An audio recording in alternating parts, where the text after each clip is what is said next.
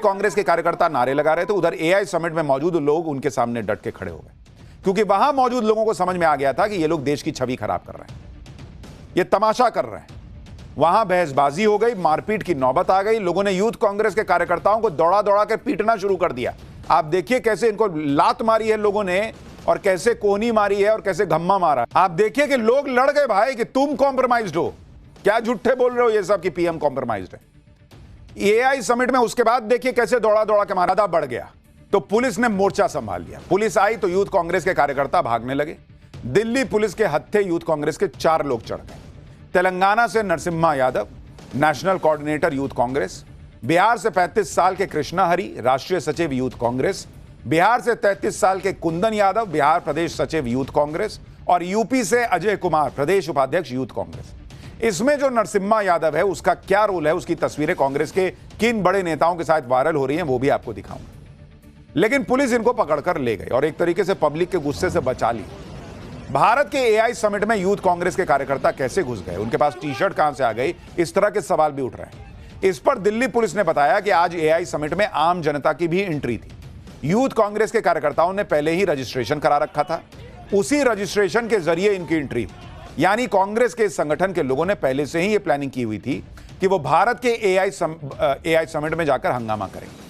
मतलब कोई अचानक से प्लान नहीं बना, ये कई दिनों की प्लानिंग थी। सूत्रों से खबर है कि पहले इनका प्लान ये था, ये काले छाते पर प्रिंट स्टिकर लेकर घुसने वाले थे, लेकिन फिर इन्हें लगा कि चेकिंग में तो छाता पकड़ा जाएगा, तो उन्होंने वो प्लान ड्रॉप कर दिया और बाकायदा टी शर्ट पर प्रिंट स्टिकर लगाकर ये लोग एआई समिट में पहुंचे। ये स्टिकर कहां प्रिंट हुए, अब इसकी भी जांच चल रही है।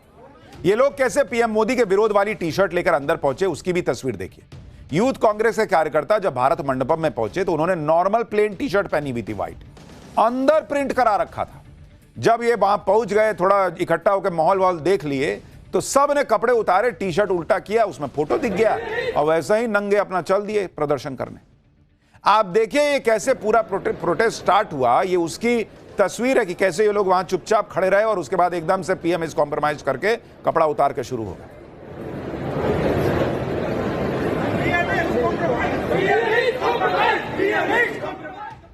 यूथ कांग्रेस ने जो कांड किया उससे लेकर पूरे देश में गुस्सा है। लोग पूछ रहे हैं कि एआई समिट कोई जंतर मंतर है। जी, प्रदर्शन का अधिकार तो विपक्ष का है, लेकिन जगह भी तो देखोगे। बीजेपी आरोप लगा रही है कि सारा किया धरा ना नेता प्रतिपक्ष राहुल गांधी का है। बीजेपी के युवा मोर्चा ने राहुल गांधी के घर के बाहर प्रदर्शन कर दिया। प्रदर्शन में राहुल गांधी भारत छोड़ो जैसे नारे लगाए। बीजेपी ने कहा कि कांग्रेस खुद राष्ट्रीय शर्म का कारण बन गई। सुनिए संबित पात्रा को वो क्या कह रहे हैं, राहुल गांधी और कांग्रेस पार्टी को सबसे बड़ा गद्दार कैसे बता रहे हैं। ये प्लानिंग कहां बनी थी? ये कोई सड़क चलते हुए यूथ कांग्रेस के किसी लीडर ने ये प्लानिंग नहीं बनाया। ये राहुल गांधी, सोनिया गांधी और प्रियंका वाड्रा की मौजूदगी में राहुल जी के निवास स्थान पे ये प्लानिंग किया गया था। ये प्रयोग है, ये संयोग नहीं है। मगर राहुल गांधी और Congress party, the traitors of the highest order, देश के सबसे बड़े गद्दार, रंग में भंग डालना इनका काम है। जहां देश आगे बढ़ेगा, जहां देश में खुशियों की रंग छाएगी, वहां वो भंग जरूर डालेंगे। ये गद्दार है, topless, brainless and shameless. BJP ने आरोप इसलिए लगाया क्योंकि कांग्रेस के जो प्रदर्शनकारी पकड़े गए उनकी फोटो कांग्रेस के बड़े नेताओं के साथ वायरल हो रही है। जैसे आप देखिए कि यूथ कांग्रेस का आरोपी नरसिम्हा यादव, इसकी एक फोटो तेलंगाना के सीएम रेवंत रेड्डी के साथ वायरल हो रही है सोशल मीडिया पर। इसी तरह से प्रियंका वाड्रा के साथ एक फोटो वायरल है। दावा है कि नरसिम्हा यादव ने प्रदर्शन की सारी प्लानिंग की थी। आज जब यूथ कांग्रेस का शर्मनाक कांड हुआ और देश को दुनिया के सामने शर्मसार किया गया, तो बीजेपी ने आज राहुल गांधी की नागरिकता का भी सवाल उठा दिया। राहुल गांधी पर आरोप लगाते हुए कई लोग कोर्ट जा चुके हैं कि राहुल गांधी के पास दोहरी नागरिकता है। ऐसी याचिकाओं में यह गंभीर दावा करते हुए आरोप लगाया गया था कि राहुल गांधी के पास ब्रिटेन की भी नागरिकता है। जो लोग यह आरोप लगाते हुए कोर्ट पहुंचे थे, वो इस बात की मांग करते हैं कि राहुल गांधी की नागरिकता की सीबीआई जांच हो। कई बार गृह मंत्रालय को भी कुछ लोगों ने लिखा कि राहुल गांधी की नागरिकता रद्द कीजिए। कोर्ट भी गृह मंत्रालय से पूछ चुका है कि भाई आपका क्या स्टैंड है इस पर। लेकिन आज बीजेपी ने राहुल गांधी की नागरिकता को लेकर कुछ कहा है। पहले वो सुनिए, फिर उसका मतलब बताता हूं। कौन कॉम्प्रोमाइज्ड है? जिस राहुल गांधी के ऊपर इस देश के एक सम्मानित अदालत पर नागरिकता के प्रश्न को लेकर केस चल रहा है कि वो भारत के नागरिक है कि नहीं। मुझे तो पूरा शक है अब इस घटना के पश्चात कि वास्तविक रूप में यह केस जब कंक्लूड होगा तो क्या धमाका होगा। वास्तविक रूप में वो इस देश के नागरिक के तरह तो बिहेव नहीं कर रहे हैं। Rahul Gandhi is not behaving as the citizen of this country, जो शायद देश के नागरिक भी नहीं है, ये देशभक्त है। संबित पात्रा दो बातें कह रहे हैं कि एक तो जब केस कंक्लूड होगा तो धमाका होगा, तो क्या वो इशारा कर रहे हैं कि राहुल गांधी की नागरिकता जा सकती है। दूसरी बात कि वो कह रहे हैं कि भाई राहुल गांधी नागरिक हैं या नहीं है, इसका केस चल रहा है। लेकिन सवाल तो यह है कि आप जवाब क्यों नहीं देते, गृह मंत्रालय क्यों नहीं जवाब देता कि उसका स्टैंड क्या है इसको लेकर। केस जल्दी खत्म कराइए। यूथ कांग्रेस के शर्मनाक कांड के बाद बीजेपी ने राहुल गांधी की नागरिकता का मुद्दा फिर उठा दिया है। उधर दूसरे लोग भी कांग्रेस को इस हरकत पर जमकर उसकी धुलाई कर रहे हैं। जैसे कुमार विश्वास, उन्होंने लिखा कि एक अंतर्राष्ट्रीय मंच पर जहां विश्व भर के सबसे महनीय मेहमानों के सामने देश अपनी तकनीकी शक्ति को सिद्ध करने पर जुटा पड़ा है, वहां देश के प्रधानमंत्री के खिलाफ यह नंगा प्रदर्शन वस्तुतः विपक्ष के मुद्दाहीन नंगपन का प्रदर्शन। दुखद है कि कांग्रेस जैसी पुरानी व वैचारिक रूप से पकी हुई पार्टी में मुद्दों का इतना भीषण अकाल आ पड़ा है। आपसे ना हो पाएगा भाई। सिर्फ दूसरे लोग ही नहीं भाई, खुद इंडी वाले भी कांग्रेस की धुलाई कर रहे हैं। सुनिए इनके खुद के इंडी गठबंधन वाले क्या कह रहे हैं इस प्रदर्शन को लेकर। मैं समझता हूं कि एक समिट में इस तरह से प्रोटेस्ट की, मैं समझता हूं that was not a good choice. ये एक बेहतर विकल्प, ये प्रदर्शन करने के लिए कोई और जगह चुन लेते। मेहमानों के सामने ऐसा प्रदर्शन नहीं करना चाहिए था। आप सोचिए कि कांग्रेस ने कितना बड़ा कांड किया है कि उनके खुद के साथी उनको डिफेंड नहीं कर पा रहे हैं, लेकिन कांग्रेस के लोग कर रहे हैं। अभी आपको दिखाऊंगा कि इतने के बावजूद कांग्रेस इसको डिफेंड कर रही है। लेकिन पहले आप देखिए कि इनकी धुलाई कैसे हर तरफ चल रही है। मीम पे मीम बन रहे हैं। ये लोग नरेंद्र मोदी को घेरने गए थे लेकिन लेने के देने पड़ गए। किस तरह से इनकी खिल्ली उड़ रही है। एक मीम चल रहा है जिसमें पीएम मोदी का एआई विजन दिखाया गया, आर्टिफिशियल इंटेलिजेंस। राहुल गांधी का AI vision anti India, AI मतलब एंटी इंडिया लोगों ने नाम दे दिया है। मोदी का AI artificial intelligence, Rahul Gandhi का एआई मतलब एंटी इंडिया। एक और मीम देखिए, गलगोटिया यूनिवर्सिटी दूसरे यूथ कांग्रेस को सलाम कर रही है कि हमसे भी बड़ा कांड कर दिया भाई लोगों ने। एक और मीम देखिए जिसमें एक लड़का फोन पर बात कर रहा है और लिखा है कि गलगोटिया यूनिवर्सिटी ने कल रात यूथ कांग्रेस से बात की और पूछा कि 5,000 कमाना है क्या। गलगोटिया वाले खुश होंगे, लोग कह रहे हैं कि भाई इतना बड़ा इन्होंने कांड कर दिया कि सारा फोकस उधर से शिफ्ट होकर अब कांग्रेस को लोग गाली दे रहे हैं। और ये तो कुछ भी नहीं है, इन पर जो कानूनी एक्शन होने वाला है वो भी आप देखिए। दिल्ली पुलिस के सूत्रों के मुताबिक जो भाग गए उनकी धरपकड़ के लिए रेड चल रही है। दिल्ली पुलिस किसी को भी छोड़ने वाली नहीं है। दिल्ली पुलिस पूछताछ कर रही है, उसमें कुछ नाम सामने आए हैं। जो गिरफ्तार हुए हैं उन पर गैर जमानती धाराएं लगाई गई। इसमें सरकारी काम में बाधा डालना, सरकारी कर्मचारियों के साथ मारपीट करना, आपराधिक साजिश रचने जैसी धाराएं जोड़ दी गई। नॉन बेलेबल धाराएं लगा दी गई हैं। लेकिन आप यह भी देखिए कि इतना सब कुछ हो गया, हर कोई इस तरह की हरकत को गलत बता रहा है सिवाय कांग्रेस को छोड़कर। कांग्रेस भाई इसको भी डिफेंड कर ले रही है। कांग्रेस के नेता यूथ कांग्रेस के प्रदर्शन को देश के युवाओं का गुस्सा बता रहे हैं। अरे देश के युवाओं का गुस्सा है तो एआई समिट में घुस के करोगे क्या? जंतर मंतर का रास्ता नहीं पता था, या वहां ऑटो नहीं जाता था, या वहां कपड़े उतारने में बाहर ठंड लग रही थी। अब तो ठंड भी उतनी नहीं रह गई। आप सोचिए बॉस कांग्रेस का लेवल क्या है। एक तो शर्मनाक कांड कर रहे हैं और उससे डबल शर्मनाक कि उसको डिफेंड कर रहे हैं। आप सुनिए पवन खेड़ा कह रहे हैं कि एआई समिट नहीं तो क्या बेसमेंट में प्रोटेस्ट करेंगे। सुनिए सुप्रिया श्रीनेत पूछ रही हैं कि जब पीएम मोदी ट्रंप चीन के सामने सरेंडर करते हैं तो देश की छवि खराब नहीं होती है। बॉस अनबिलीवेबल है कि इसको भी ये लोग डिफेंड कर रहे हैं। सुनिए जरा इन लोगों को। प्रोटेस्ट कहां करना चाहिए जनाब? किसी की बेसमेंट में जाकर प्रोटेस्ट करें। प्रोटेस्ट वहीं होता है जहां लोगों को दिखता है। प्रोटेस्ट वहीं होता है जहां मीडिया के कैमरा होते हैं। प्रोटेस्ट और कहां होगा? हम कहां बोलें? चलिए आप बता दीजिए साहब, एक जगह बता दीजिए कि वहां जाकर बोलिए हम कोई नहीं आएंगे, किसी को डिस्टर्ब मत करिए। प्रोटेस्ट डिस्टर्ब करने के लिए होता है। अब किसी को नजर आती नहीं कोई दरार, घर की हर दीवार पर चिपके हुए हैं इश्तिहार। आज इंडियन यूथ कांग्रेस ने उन इश्तिहारों को खींचकर फाड़ दिया। आज मीडिया के चरण चुंबकों को देश की छवि वाली लाइन दी गई है। देश की असल छवि हर हाल में मोदी जी का चरणवंदन करने को मजबूर, असल मुद्दों से कोसों दूर, गोदी गिद्ध खराब करते हैं। So please just shut up and sit down. So please just shut up and sit down, ये कांग्रेस पार्टी को पब्लिक कह चुकी है बॉस। 100 सीट नहीं आती इनकी, चुनाव पे चुनाव हारते हैं, और उसके बाद नौटंकी ये कि भाई मीडिया क्या कर रही है। और ये जो मैडम बोल रही है ये खुद पहले मीडिया में थी, आज कांग्रेस में चली गई है, दूसरों को ज्ञान बांट रही हैं। पवन खेड़ा कह रहे हैं कि कहां प्रदर्शन करें, हंगामा करने के लिए ही इस तरह की चीजें होती हैं। क्यों जंतर मंतर नहीं दिखता? अन्ना हजारे ने इतना बड़ा प्रदर्शन किया था, किसी समिट में घुस के किया था क्या? रामलीला मैदान में किया था, वो जगह नहीं दिखती? या रामलीला मैदान भरने के लिए पब्लिक नहीं आएगी आपके पास? आप सोचिए बॉस, इतना सब कुछ हो गया, उसके बाद बेशर्मी से इसको डिफेंड कर रहे हैं। मोदी कॉम्प्रोमाइज नहीं है, इनकी सोच कॉम्प्रोमाइज्ड है, इनका विजन कॉम्प्रोमाइज्ड है, इनकी पॉलिटिकल समझ कॉम्प्रोमाइज्ड है। और राहुल गांधी ऐसे ही लोगों से घिरे हुए हैं। यही लोग कहे होंगे कि सर रहने दीजिए, बहुत बढ़िया किया, मजा आ गया, एकदम पब्लिक खुश है। पब्लिक खुश है, गाली दे रही है पब्लिक। कांग्रेस के युवा संगठन के प्रदर्शन को डिफेंड करने के लिए कांग्रेस के नेता साल 2010 की कहानी ले आए। मनीष तिवारी क्या कह रहे हैं कि 2010 में जब कॉमनवेल्थ गेम्स के दौरान पूरी दुनिया की नजर भारत पर थी, विश्व के खिलाड़ी और अंतर्राष्ट्रीय मीडिया भारत में मौजूद थे, तब भाजपा ने देश भर में आंदोलन किए थे। तब देश की प्रतिष्ठा खतरे में नहीं थी, लोकतंत्र में विरोध अधिकार है। कांग्रेस नेता कह रहे हैं कि कॉमनवेल्थ गेम्स के समय बीजेपी अध्यक्ष नितिन गडकरी और उनके नेता देश भर में विरोध प्रदर्शन कर रहे थे। क्या तब देश की इमेज की चिंता नहीं थी? बॉस मनीष जी, कोई नहीं कह रहा कि आप प्रदर्शन मत कीजिए, जरूर कीजिए, लेकिन क्या बीजेपी जो 2010 में प्रोटेस्ट कर रही थी वो हॉकी मैच के अंदर मैदान में घुस कर रही थी क्या? वो रेसलिंग के बीच में खिलाड़ियों को कोहनी मार के वहीं प्रदर्शन कर दे रही थी क्या? इस प्रदर्शन को लेकर यूथ कांग्रेस के नेता अपनी पीठ थपथपा रहे हैं, जैसे देश के लिए कोई मेडल लेकर आ गए। यूथ कांग्रेस अपने कार्यकर्ताओं को जाबाज बता रही, तर्क दिए जा रहे हैं कि एआई समिट तो ध्यान भटकाने के लिए हो रहा है। युवा कांग्रेस देश के हक की लड़ाई लड़ती रहेगी और हर मंच पर सच बोलती रहेगी।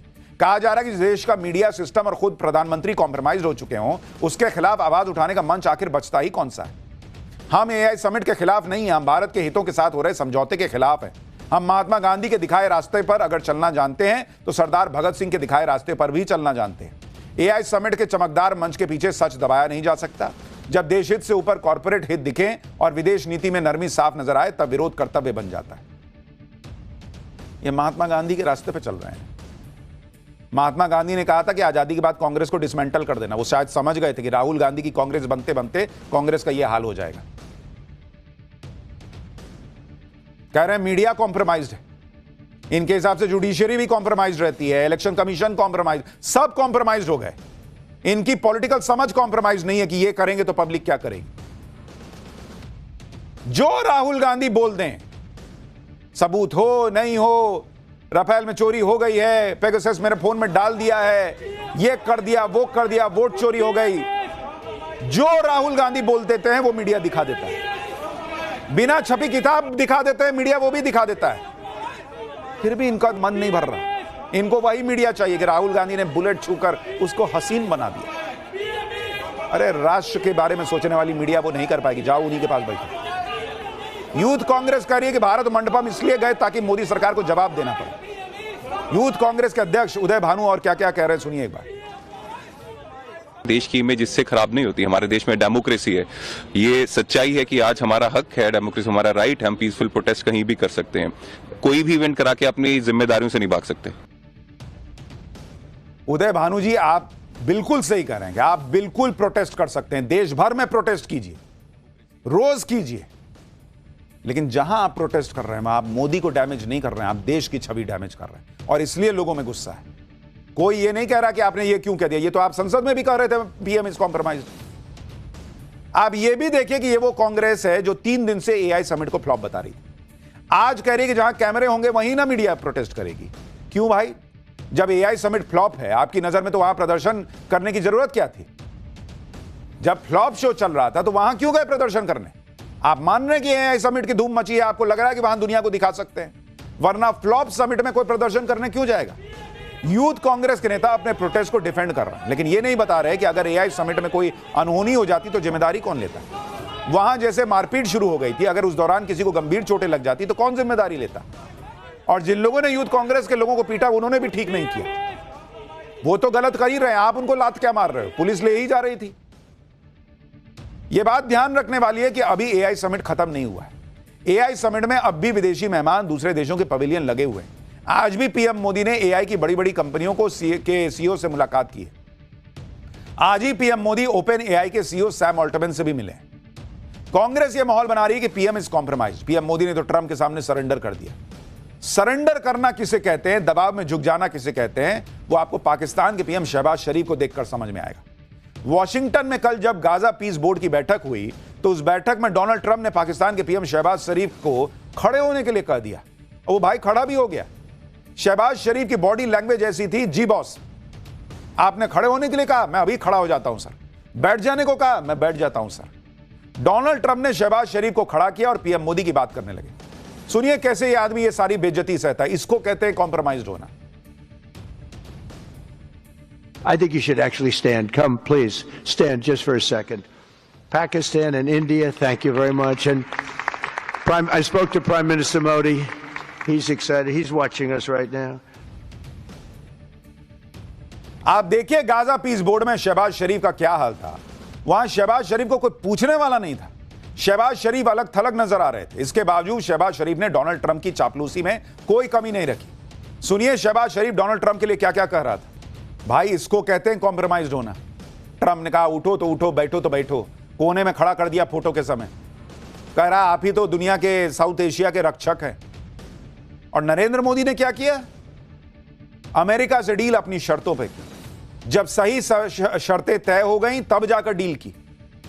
टैरिफ का लोड नहीं लिया, दुनिया भर में डील पे डील की। अमेरिका को बता दिया वर्ल्ड ऑर्डर चेंज हो रहा है। और अमेरिका का दबाव होता तो 144 रफेल न खरीदे जा रहे होते। ये एक बेसिक सा उदाहरण दे रहा हूं। अब एआई समिट में जाकर कपड़े उतार के प्रदर्शन करना है, चांद पे जाके करना, करते रहो। यही सब करोगे तो सीटें बढ़ने की जगह घट जाएंगी। भलाई में बता रहा हूं कि थोड़ा तो इतनी पॉलिटिकल सेंस तो लगानी चाहिए कि ये सब जो है ना नुकसान करेगा। बाकी राहुल गांधी देख लें, उनके आसपास जो घूम रहे हैं ना लोग, उनका बेड़ा गर्क ही करा रहे हैं। पाठशाला में अब अगला चैप्टर। रमजान का पहला जुमा यूपी, एमपी, कर्नाटक से लेकर हैदराबाद तक क्यों मचा बवाल, क्यों चले पत्थर? कहीं मंदिर की आरती तो कहीं छत्रपति शिवाजी महाराज की जयंती का जुलूस। मस्जिद से चले पत्थरों का सच क्या है? यूपी में मस्जिद के लाउडस्पीकर को लेकर ऐसा क्या हुआ कि योगी वर्सेस अखिलेश का नया चैप्टर खुल गया? अब इसके बारे में आपको बताता हूं। आजकल रमजान का पाक महीना चल रहा है और कई बार लोग ये सवाल करते हैं कि जब इस तरह का कोई पाक महीना या पर्व आता है तभी ऐसे बवाल क्यों होने लगते हैं, जैसे बवाल देश के कई राज्यों में हो गए। आज रमजान का पहला जुमा है और इससे पहले ही यूपी से लेकर एमपी और कर्नाटक तक गजब बवाल मच गया। कहीं लाठी डंडे चल गए, कहीं पर भयंकर पथराव हो गया, कहीं आगजनी हो गई। आप देखिए कि क्या ही चल रहा है। मध्य प्रदेश के जबलपुर में एक मंदिर में आरती के दौरान एक मस्जिद की छत से पत्थर चलने के पथराव के आरोप लगे। वहीं हैदराबाद में मस्जिद के पास से गुजर रही शिवाजी जयंती के जुलूस के दौरान तेज आवाज में म्यूजिक बजने पर बवाल होने का आरोप है। कर्नाटक के बागलकोट में भी शिवाजी जयंती के जुलूस पर मस्जिद की छत से पथराव का आरोप लगा। इधर यूपी में लाउडस्पीकर को लेकर अलग नया हंगामा हो गया। यूपी में अब लाउडस्पीकर को लेकर योगी वर्सेस अखिलेश की लड़ाई का नया चैप्टर खुल गया है। इस सब के बारे में आपको बताऊंगा, लेकिन पहले जो बवाल हुआ है उसकी एक झलक देखिए।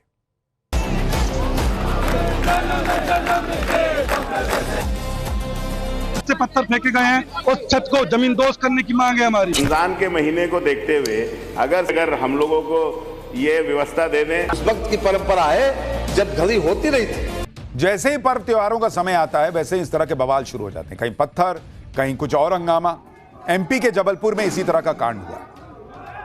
आरोप है कि मंदिर में आरती के दौरान पास में मौजूद मस्जिद से आई भीड़ ने अंदर घुसकर तोड़फोड़ की कोशिश की। मंदिर में आरती कर रहे लोगों को घसीटकर बाहर निकाला गया और उनके साथ मारपीट।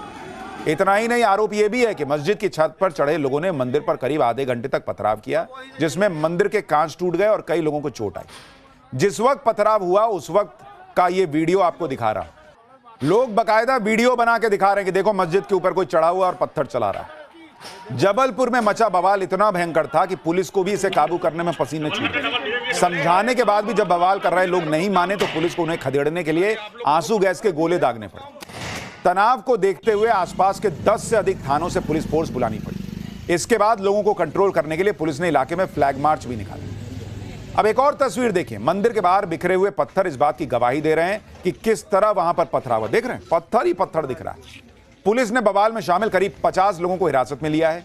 दावा किया गया कि सीसीटीवी फुटेज की मदद से बाकी उपद्रवियों की पहचान की जा रही है। जबलपुर में जिस जगह पर यह बवाल हुआ वहां दुर्गा मंदिर और मदीना मस्जिद बिल्कुल आमने सामने बने हुए। बताया जा रहा है कि दुर्गा मंदिर और उसके पास बनी मस्जिद में आरती और अजान एक ही समय पर हो रहे थे। इसी दौरान लाउडस्पीकर की तेज आवाज को लेकर दोनों पक्षों में कहासुनी शुरू हुई और देखते ही देखते मामला पथराव तक चला गया।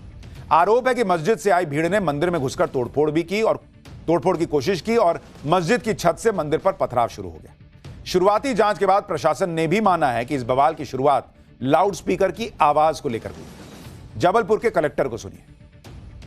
बेसिकली जो अपना पत्थरबाजी इस बात को लेकर हुई थी कि साउंड जो है उसको थोड़ा सा साउंड की जो ये है डेसिबल जो है उस हाइट है उसको लेकर मंदिर के साउंड के मस्जिद के साउंड दोनों के आपस में दोनों वर्तमान कंडीशन।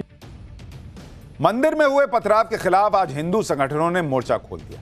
प्रशासन पर उस मस्जिद के खिलाफ कार्रवाई की मांग की जिसकी छत से पथराव का आरोप लगा। अपनी मांगों को लेकर विश्व हिंदू परिषद और बजरंग दल की अगुवाई में हिंदू संगठनों से जुड़े लोगों ने जबरदस्त प्रदर्शन किया। पुलिस थाने के सामने सड़क पर बैठकर हनुमान चालीसा का पाठ किया।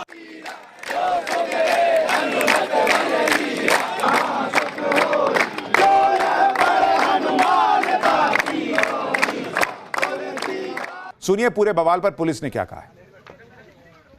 प्रोसेशन मस्जिद के पास आते हुए थोड़ा सा दूर था मस्जिद से, मस्जिद की तरफ से 2 पत्थर आए। वो 2 पत्थर अभी तक जो हमें प्रिलिमिनरी इन्फॉर्मेशन मिली है वीडियो चेक करके, 2 पत्थर में से दोनों हमारे पुलिस कांस्टेबल, एक हमारा पुलिस कांस्टेबल और एक मेरे शोल्डर की तरफ गिरा। लाउडस्पीकर को लेकर एक ऐसा बवाल यूपी में भी छिड़ गया है जिसके बाद योगी वर्सेस अखिलेश का नया चैप्टर खुल गया।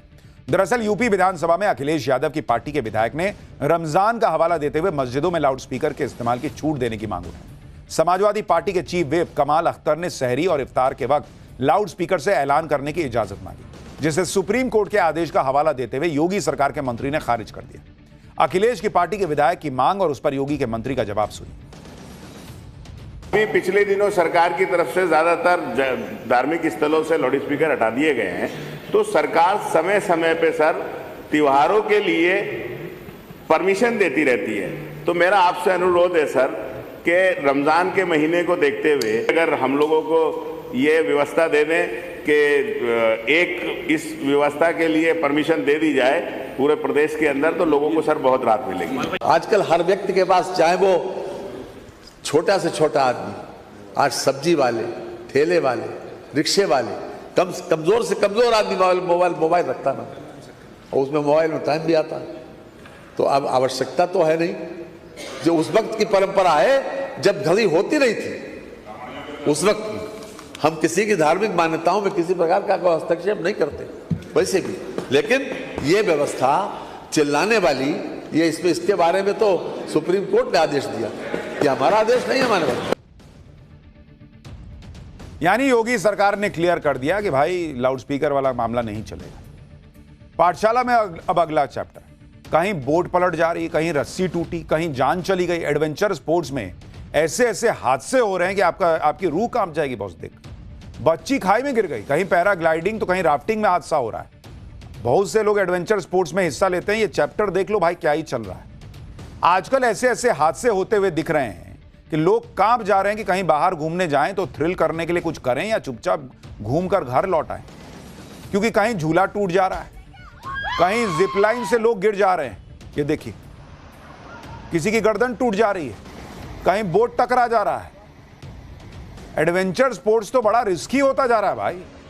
जहां कहीं भी water, river rafting, bungee jumping, ये देखिए बोट टकरा गई।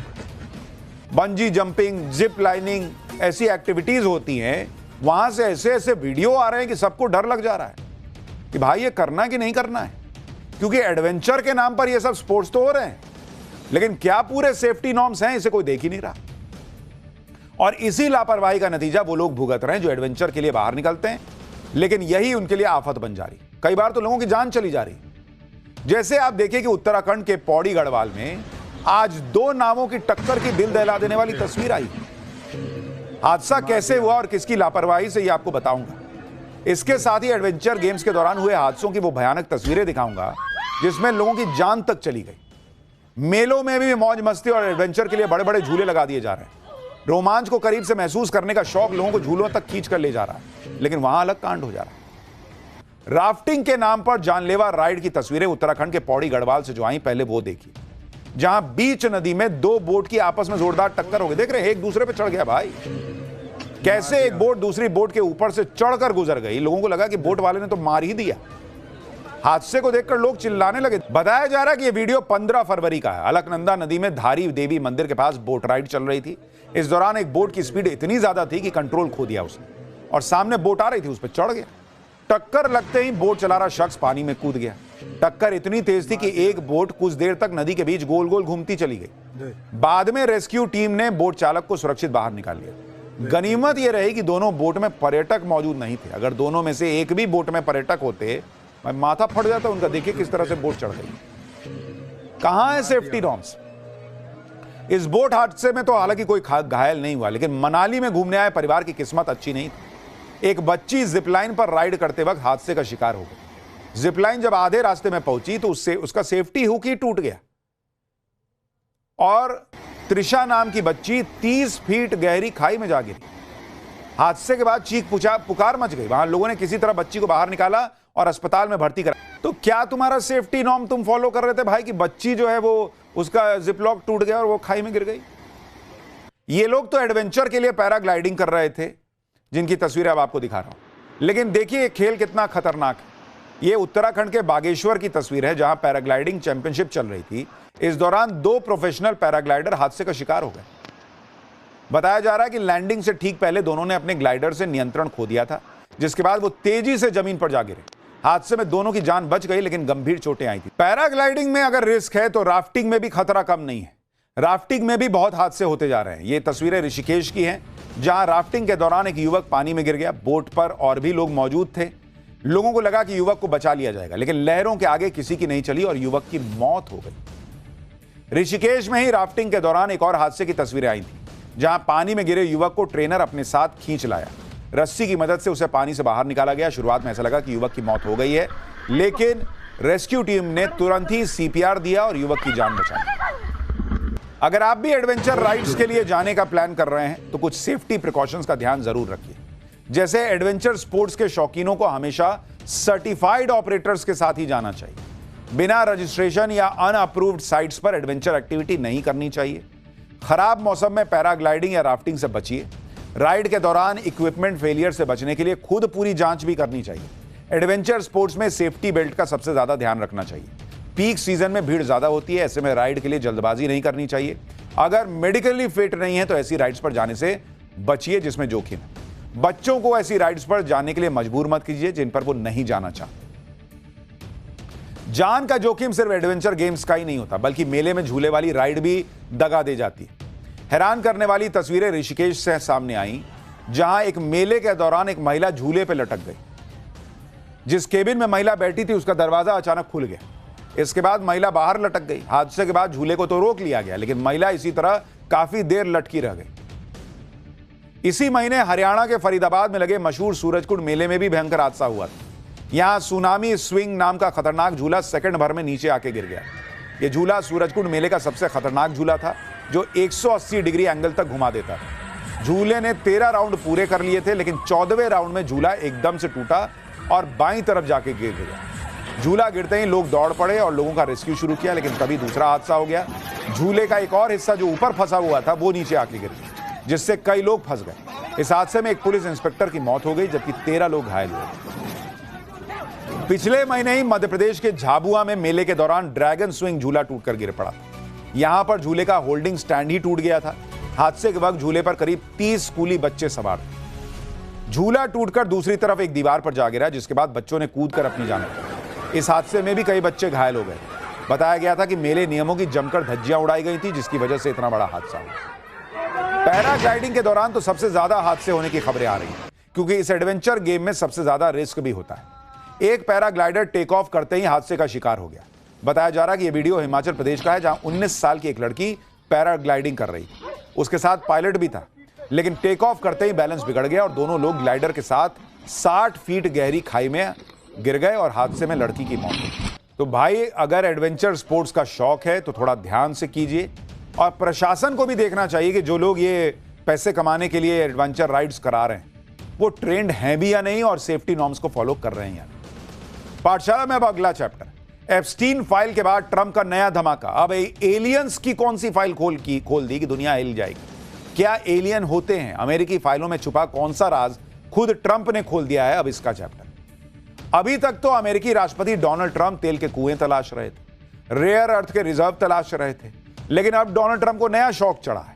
ट्रंप कह रहे हैं कि वो एलियंस की भी तलाश करें और इस बात से डोनाल्ड ट्रंप ने नई खलबली मचा दी है, क्योंकि जिस वक्त अमेरिका में एप्स्टीन फाइल की चर्चा हो रही है, उधर डोनाल्ड ट्रंप ने एलियन फाइल्स खोलने का ऐलान करके सबको चौंका दिया है। आप सोचिए कि जिन एलियंस से दुनिया अनजान है, यही सवाल उठता रहता है कि एलियंस होते हैं या नहीं होते हैं, जिन्हें किसी ने देखा नहीं, जिनके बारे में यह पता नहीं कि एलियंस होते भी हैं या नहीं होते हैं। ट्रंप कह रहे हैं कि वो एलियन की फाइल खोलने जा रहे हैं। अब दुनिया भर में चर्चा हो रही है कि ट्रंप की इस एलियन फाइल्स में क्या है। ट्रंप एलियंस को लेकर क्या खुलासा करने वाले हैं जो दुनिया को नहीं पता।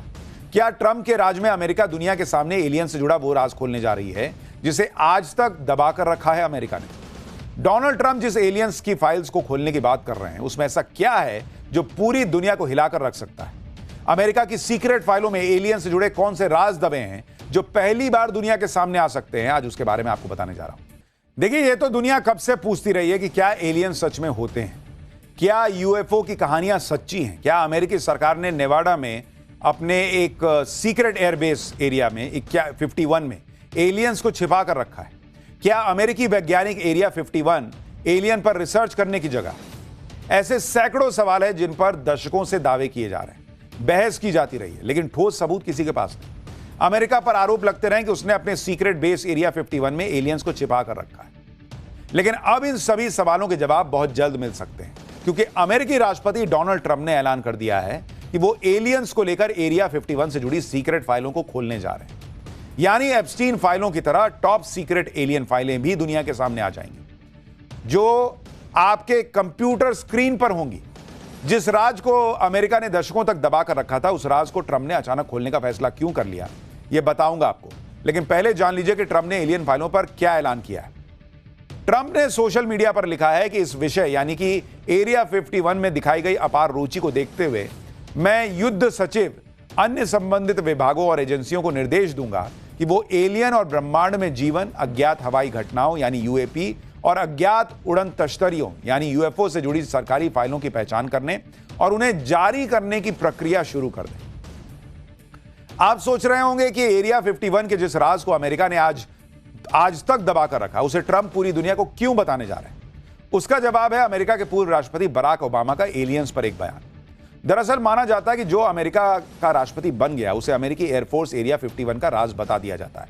इसलिए एलियन को लेकर बराक ओबामा का बयान सोशल मीडिया पर जबरदस्त वायरल है। एक पॉडकास्ट में पूर्व अमेरिकी राष्ट्रपति बराक ओबामा ने एलियंस के बारे में यह कहकर खलबली मचा दी थी कि एलियन के वजूद से इनकार नहीं किया जा सकता। ओबामा का वो पुराना बयान सुनिए, फिर आपको बताता हूं कि इस बयान पर ट्रंप ने क्या कह दिया है, जो एलियंस को लेकर एक बड़ी जानकारी है। भाई, ट्रंप ने क्यों कहा कि ओबामा ने सीक्रेट जानकारी पब्लिक कर दी? ओबामा को क्लासिफाइड जानकारी नहीं देनी चाहिए थी। ट्रंप ने यह भी कहा कि ओबामा ने बड़ी गलती कर दी है, इसलिए अब वो ओबामा को इस मुसीबत से बाहर निकालने के लिए फाइलें डीक्लासिफाई कर सकते हैं। एक बार सुनिए ट्रंप को।